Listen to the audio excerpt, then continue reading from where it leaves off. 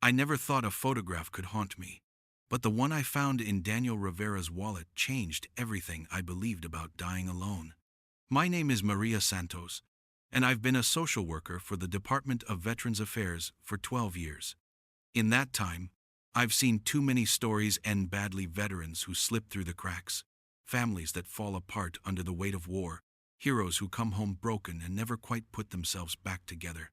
But Daniel's story was different. It took me weeks to understand just how different. I first met Daniel Rivera on a Tuesday morning in March 2022. Though met isn't really the right word, since he was already gone when I arrived at his apartment. The landlord had called our office after Daniel missed rent for the first time in 8 years. "Something's wrong," Mrs. Chen had told me over the phone. "Daniel never misses anything. He's more punctual than my alarm clock." The subsidized housing complex on Maple Street wasn't much to look at. Faded yellow stucco buildings that had seen better decades, with small windows and narrow hallways that always smelled like disinfectant and old cooking oil. Daniel lived in Unit 47, a studio apartment on the second floor. When Mrs. Chen let me in with her master key, I found him peaceful in his narrow bed, looking smaller than his 71 years, like he'd simply decided to stop fighting and let go. The paramedics confirmed what I already suspected: he died in his sleep, probably sometime Sunday night. Natural causes, they said. His heart had just stopped. No signs of struggle, no indication of pain. For a man who'd seen as much suffering as Daniel had, it seemed like a merciful end. But as I looked around his tiny apartment, trying to piece together the life of this man I'd never met, I realized there was nothing merciful about how alone he'd been. The place was almost monastic in its simplicity. A single bed with military corners on the sheets, a small table with one chair, a mini fridge humming quietly in the corner. What struck me most was how organized everything was. Medical journals stacked in perfect piles, prescription bottles lined up by date, a calendar on the wall with doctor's appointments marked in careful handwriting. This was the home of a man who'd maintained discipline and order even as his world had gotten smaller and smaller.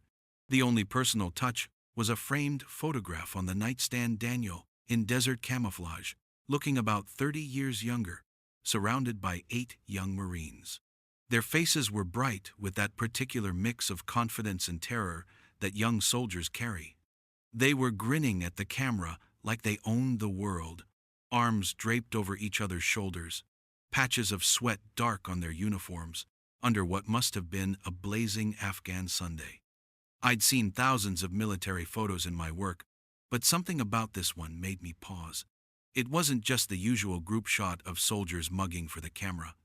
There was something in their expressions, a look that suggested they'd been through something together, something that had bonded them in ways that went deeper than shared duty.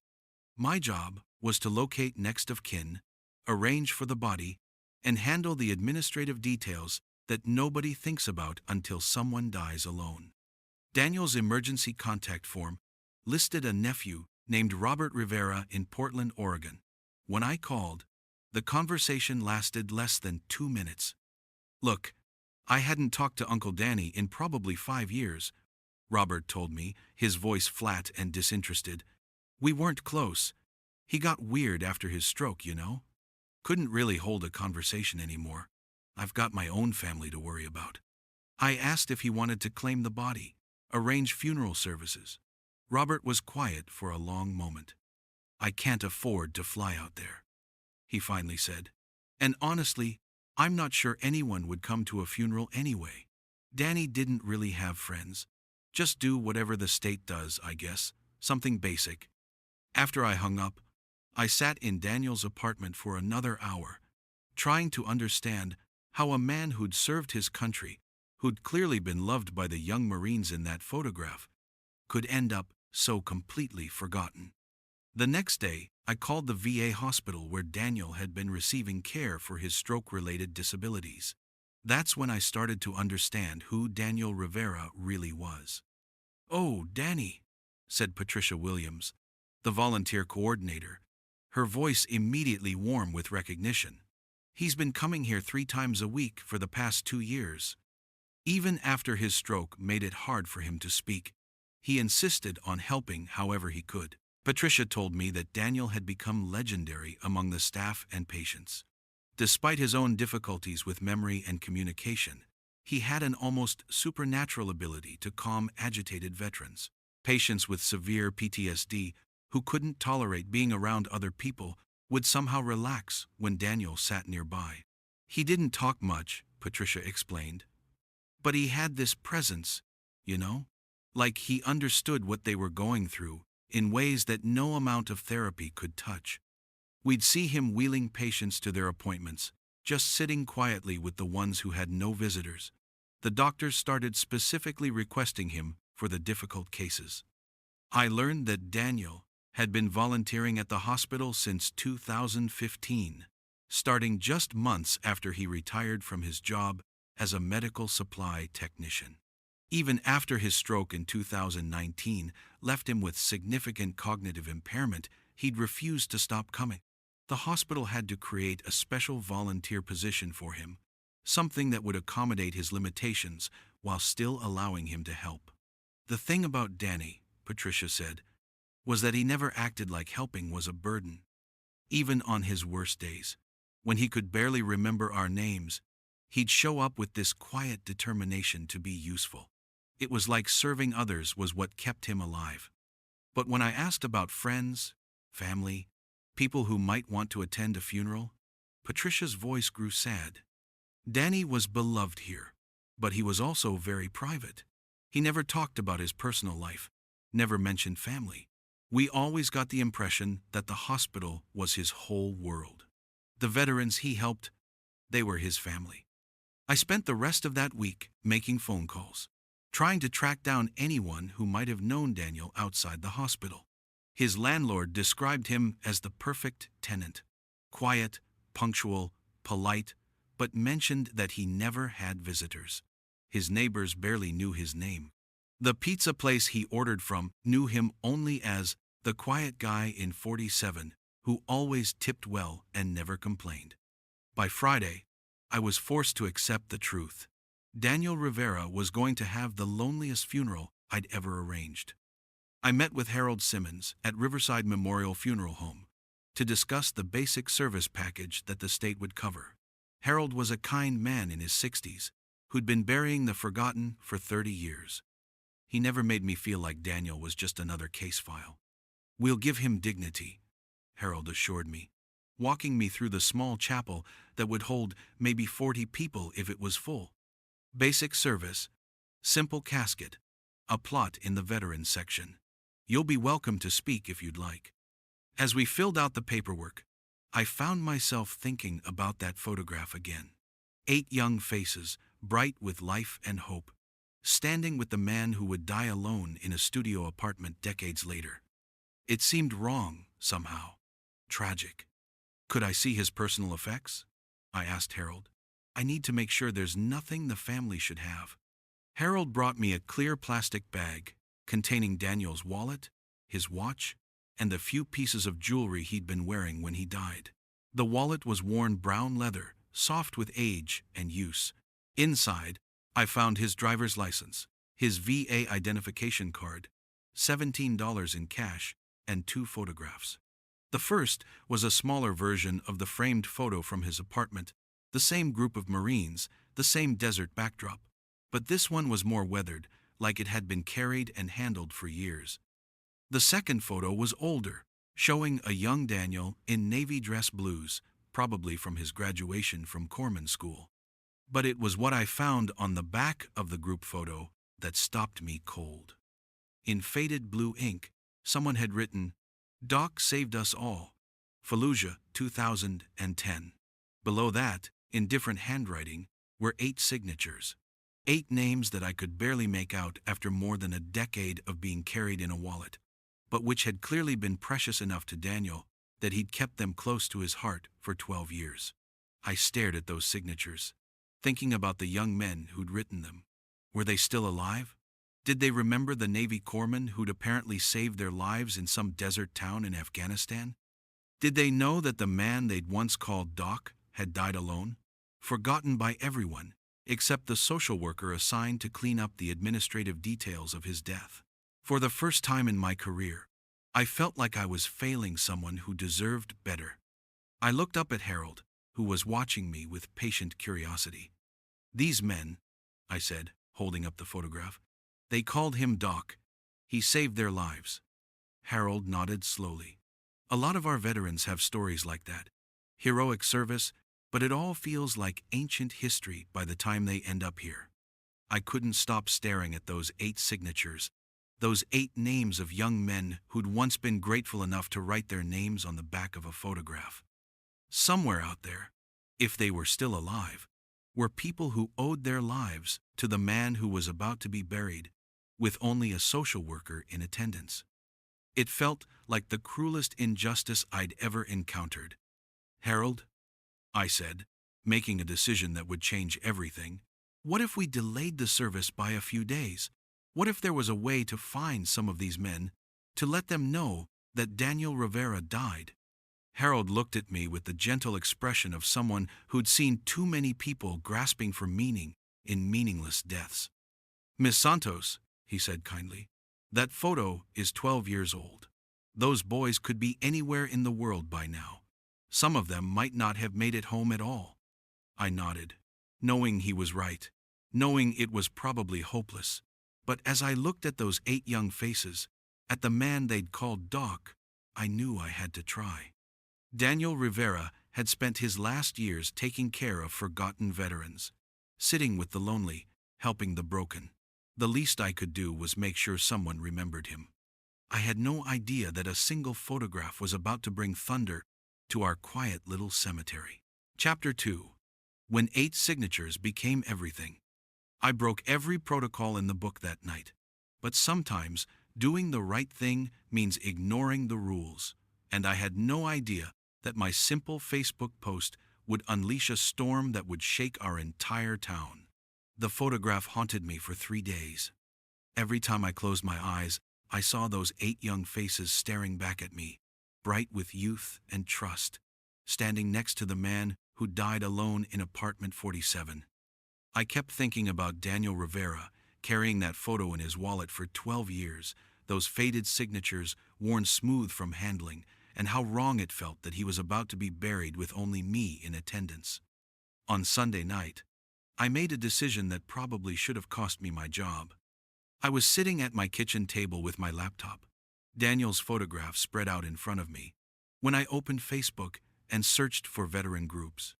I'd never posted anything like this before. My supervisor would have my head if she knew I was sharing case details on social media, but I couldn't shake the feeling that somewhere out there, 8 men owed their lives to Daniel Rivera, and they deserved to know he was gone. I found a group called Afghanistan Veterans Network, with over 50,000 members. My hands were trembling as I typed out the post. Navy Corpsman Daniel Rivera, age 71. Funeral Thursday at Riverside Memorial in Riverside, California. Photo found in his wallet suggests he served with these Marines in Fallujah, 2010. If anyone knows these soldiers, he shouldn't be buried alone. I attached the clearest photo I could take of Daniel's picture, making sure those 8 young faces were visible. Then I stared at the post button for about 10 minutes, knowing that once I hit it, there was no going back. I posted it at 11:37 that night, then closed my laptop and went to bed, hoping that maybe, just maybe, someone would recognize a face, and Daniel wouldn't be completely forgotten.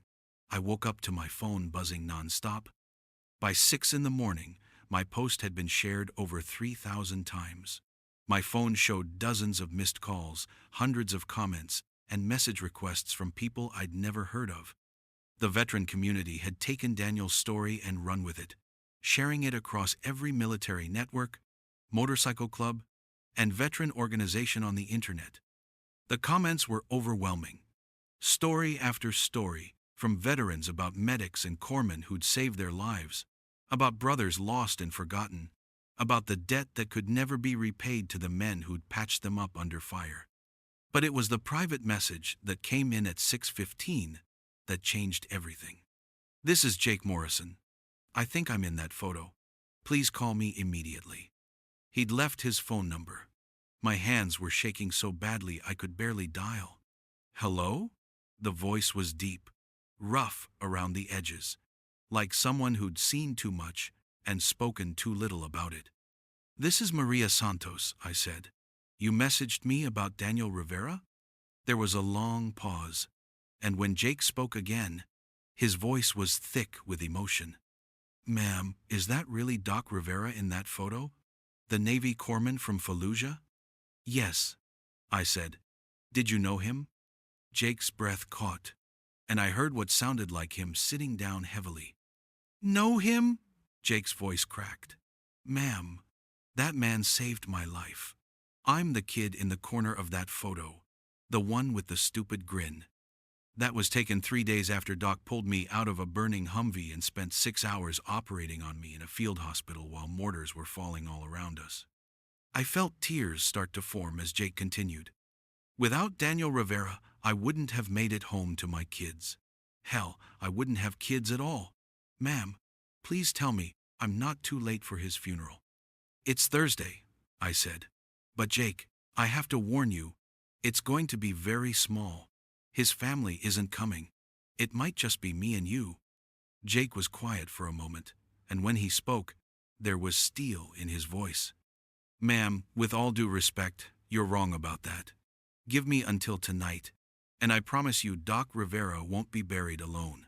After I hung up with Jake, my phone didn't stop ringing. The veteran community had mobilized like I'd never seen before.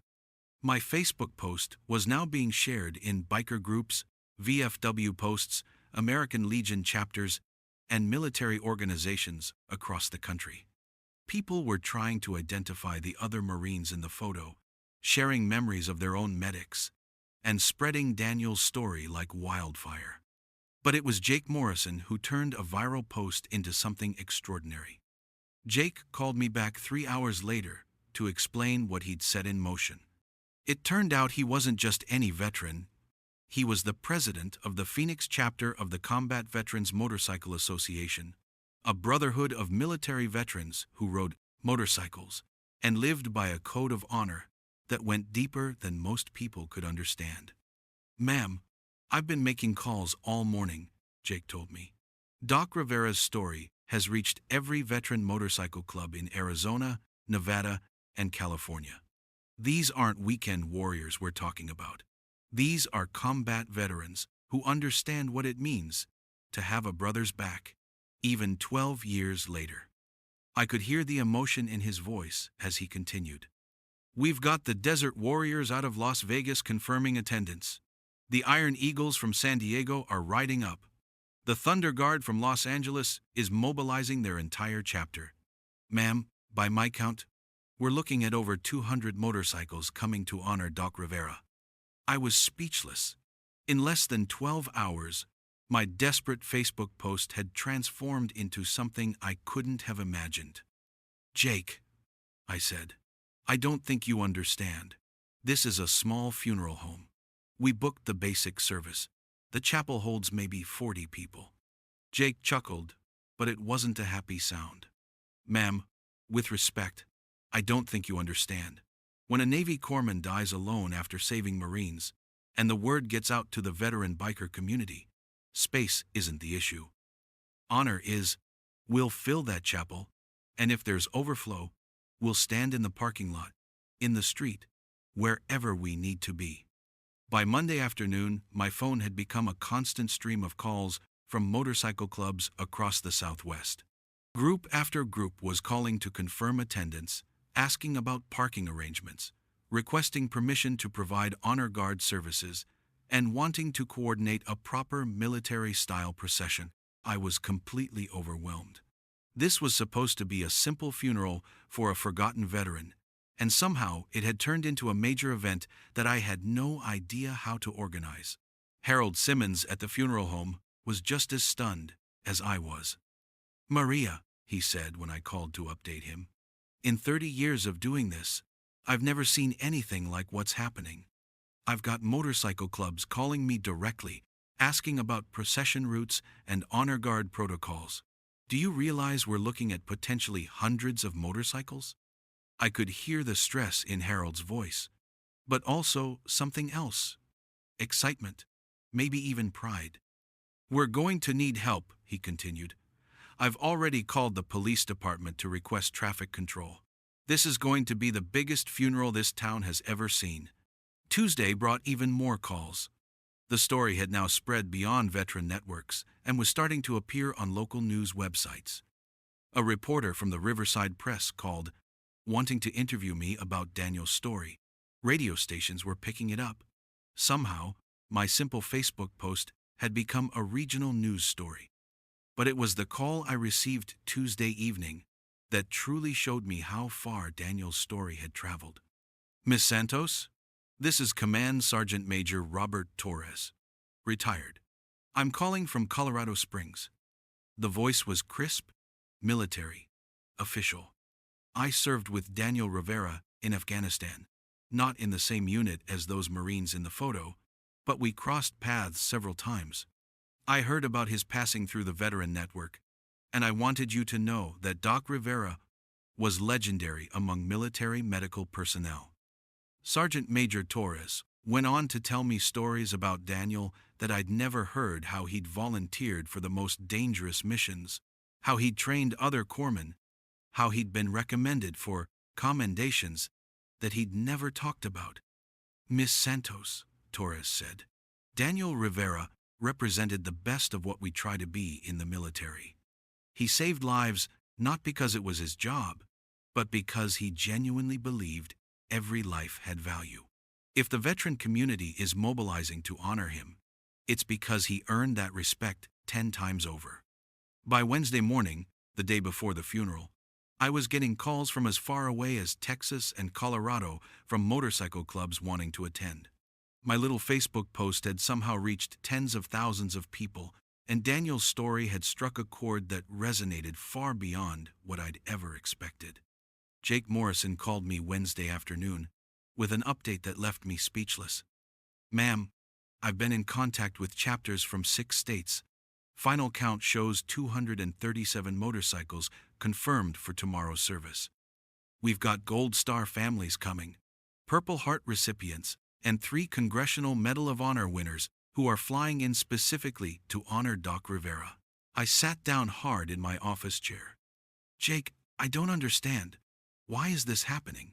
I mean, I'm grateful, but this seems like so much more than I expected. Jake was quiet for a moment, and when he spoke, his voice was soft with emotion. Ma'am, you have to understand something about the military community. We don't leave anyone behind, not on the battlefield, and not in death. Doc Rivera saved lives. But more than that, he represented something we all aspire to: selfless service, genuine caring, and the willingness to sacrifice for others.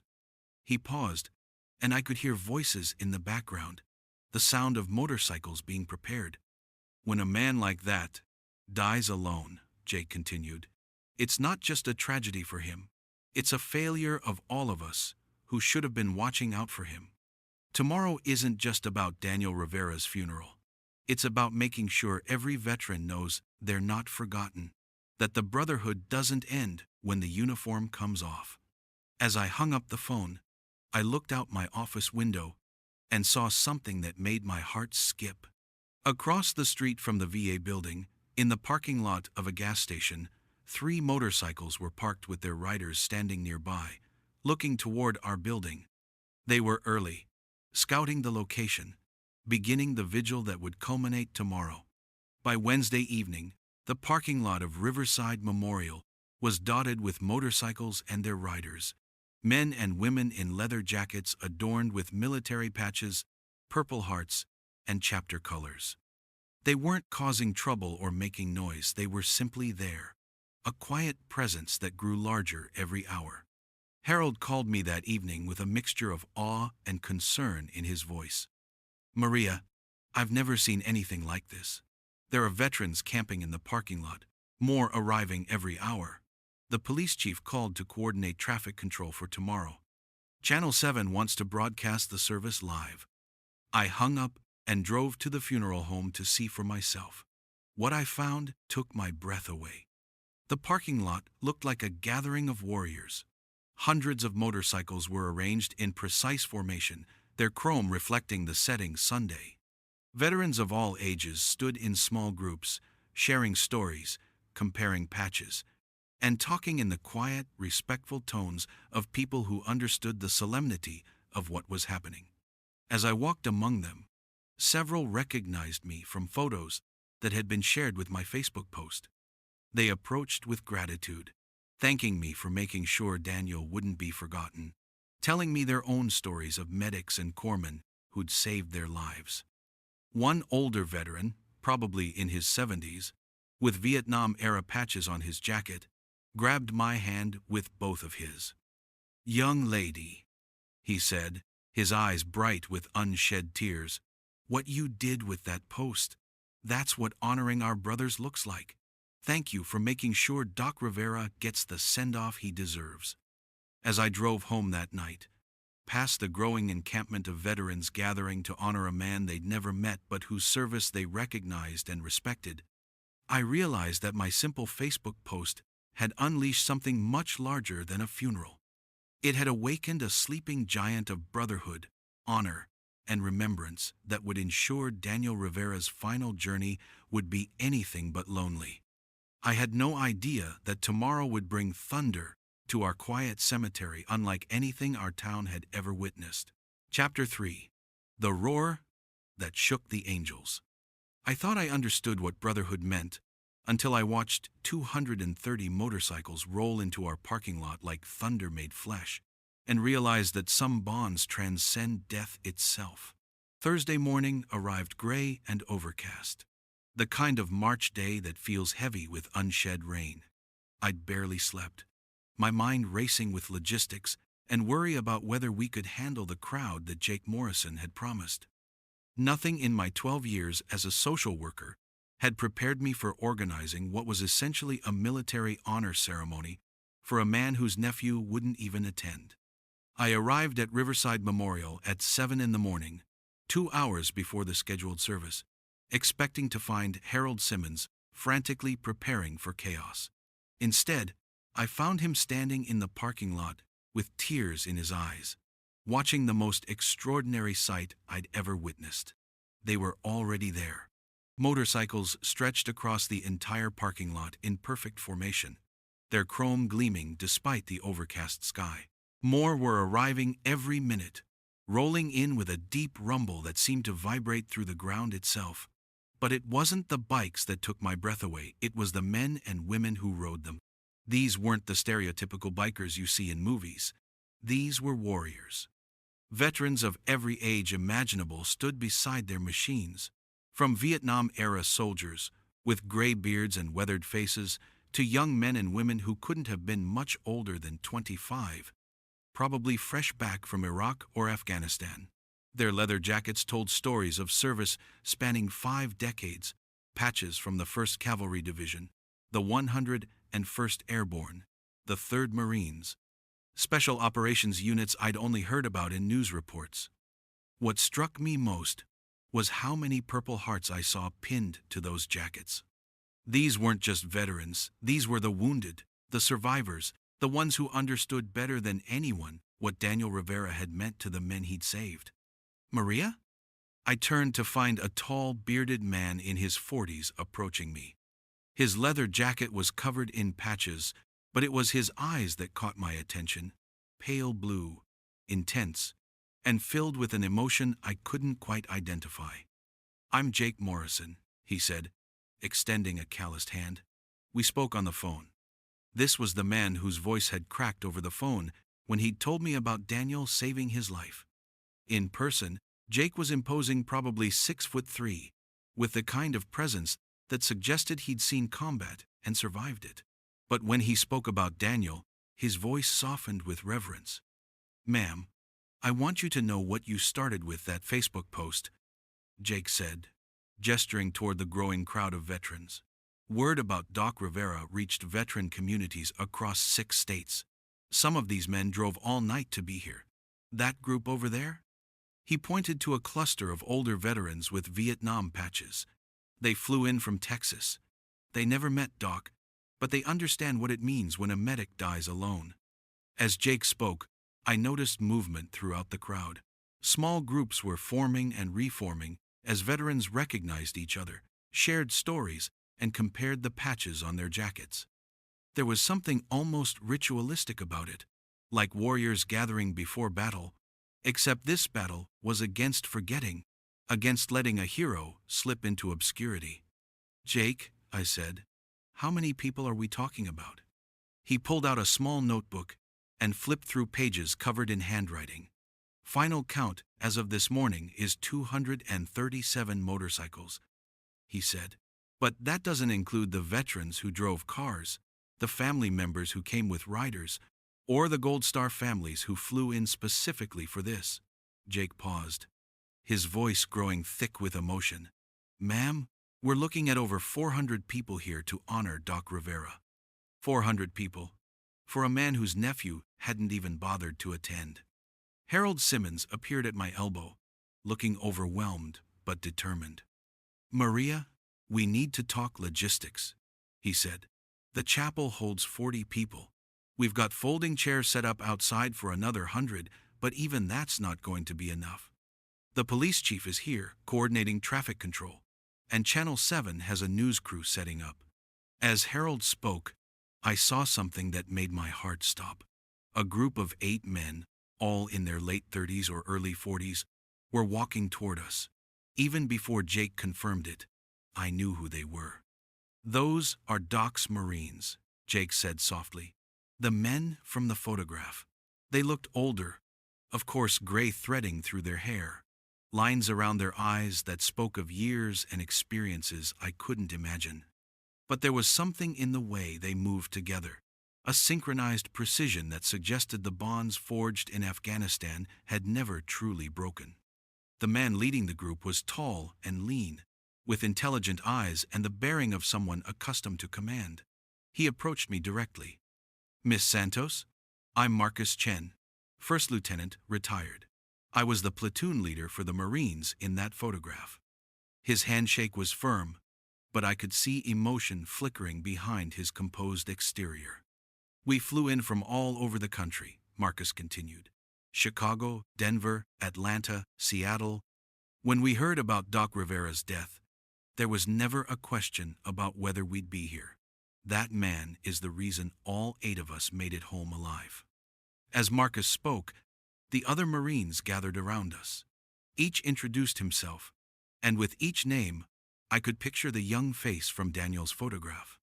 Tommy Rodriguez from San Antonio, now a high school teacher. David Park from Seattle, who'd become a nurse after his military service. Michael O'Brien from Boston, a father of 3 who owned a construction company. Ma'am, said the youngest looking of the group, a man named Carlos Valdez, we need you to understand something about Doc Rivera. What he did for us in Afghanistan, it wasn't just medical care. He kept us alive, not just our bodies, but our spirits. When things got dark, when we thought we weren't going to make it, Doc was the one who reminded us what we were fighting for. Carlos pulled out a worn piece of paper from his wallet. This is a letter Doc wrote to my mother when I was wounded, he said, his voice breaking slightly. He wrote to all our families, telling them we were okay, that we were being taken care of. He didn't have to do that. It wasn't his job. But Doc understood that healing wasn't just about stopping bleeding or setting bones, it was about keeping hope alive. At 9 o'clock, Harold announced that the service would begin. What happened next was unlike anything I'd ever seen. The chapel filled instantly with the 8 Marines, their families, and the most senior veterans in attendance. But the majority of the crowd, over 300 people, arranged themselves in the parking lot with military precision. Motorcycles were moved to create aisles and sight lines. Folding chairs appeared as if by magic. A sound system materialized, operated by veterans who seemed to know exactly what they were doing. Within minutes, the parking lot had been transformed into an outdoor cathedral. The service began with a color guard presentation by members of the American Legion, the flag-draped casket positioned so it could be seen by everyone, both inside the chapel and in the parking lot.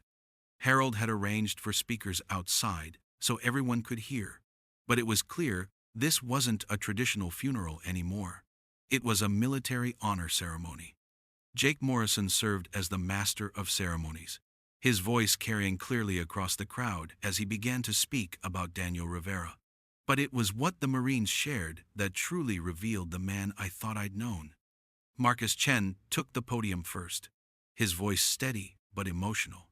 Daniel Rivera saved our lives in Afghanistan, but that was just the beginning of his service to us, Marcus said. For 12 years after we returned home, Doc stayed in touch with every one of us. When Tommy Rodriguez was struggling with PTSD and couldn't afford therapy, Doc sent him money for treatment. When David Park was going through his divorce and felt like giving up, Doc called him every week for 6 months. When my daughter was born premature and spent 2 months in intensive care, Doc wrote her letters that she still keeps in her baby book. I felt tears streaming down my face as Marcus continued. We thought we were honoring Doc by being here today, but the truth is, Doc was still taking care of us right up until the end. Every Christmas card, every phone call, every time one of us needed someone who understood what we'd been through, Doc was there. Tommy Rodriguez spoke next, sharing how Daniel had helped him start a nonprofit for homeless veterans. David Park talked about the care packages Daniel had been sending to deployed units for 15 years, using his disability check to buy supplies and comfort items for soldiers he'd never met. But it was Jake Morrison's eulogy that brought the house down. Doc didn't just save lives in Afghanistan, Jake said, his voice carrying across the silent crowd. He saved souls. Every letter he wrote, every care package he sent, every veteran he sat with in that VA hospital, he was still healing people right up until the end. Jake paused, looking out over the sea of leather-clad veterans. When I was lying in that burning Humvee 12 years ago, convinced I was going to die, Doc Rivera appeared through the smoke like an angel. But I realize now that he was always an angel, not just that day in Afghanistan, but every day since, quietly taking care of the broken, the forgotten, the ones who needed someone to remind them they mattered. As Jake finished speaking, something extraordinary happened. One by one, veterans began approaching the casket, placing personal items on the flag that covered it. Purple hearts, challenge coins, photographs, letters, each representing a life that had been touched by Daniel's continued service. The procession to the cemetery was unlike anything our town had ever seen. 237 motorcycles formed a convoy that stretched for miles, escorted by police officers who had volunteered their time. Traffic stopped at every intersection as the rumbling parade passed, drivers getting out of their cars to stand with hands over hearts as the flag-draped hearse rolled by. At Hillcrest Cemetery, the crowd gathered around the gravesite in perfect formation. The 8 Marines served as pallbearers, their faces set with the determination of men completing a final mission for their brother. As the military honor guard began folding the flag, Jake Morrison raised his hand, and something magical happened. 237 motorcycle engines roared to life in perfect unison, the sound rolling across the cemetery hills like thunder from heaven itself. The roar lasted exactly 21 seconds, a 21-gun salute rendered in chrome and steel and brotherhood. As the engines fell silent and the folded flag was presented to me in the absence of family, I realized something profound. Daniel Rivera had never been alone. He'd been surrounded by an invisible army of people whose lives he'd touched, whose wounds he'd healed, whose spirits he'd lifted when they needed it most. Standing in that cemetery, surrounded by hundreds of veterans who had come to honor a man many had never met, I understood that I hadn't just organized a funeral. I'd witnessed the power of brotherhood, service, and remembrance that transcends death itself. Daniel Rivera, the quiet man from apartment 47 who died alone on a Sunday night, had received a send-off fit for a king. More than that, His story had reminded an entire community what it means to serve others, to remember the forgotten, and to honor those who sacrifice for something greater than themselves. As the crowd began to disperse and motorcycles fired up for the long rides home, Jake Morrison approached me one final time. "Miss Santos," he said, "thank you for making sure Doc didn't die forgotten. What you started with that Facebook post, it's bigger than just one funeral. You reminded all of us that we have a duty to watch out for each other, to make sure no veteran dies alone and forgotten." As I drove home that afternoon, I could still hear the echo of those motorcycle engines, a sound that would stay with me forever, the roar of brotherhood, the thunder of remembrance, the sound of a hero finally getting the farewell he deserved. Daniel Rivera's last lesson had been taught, and hundreds of veterans had learned it well. We don't leave anyone behind, not in battle and not in death.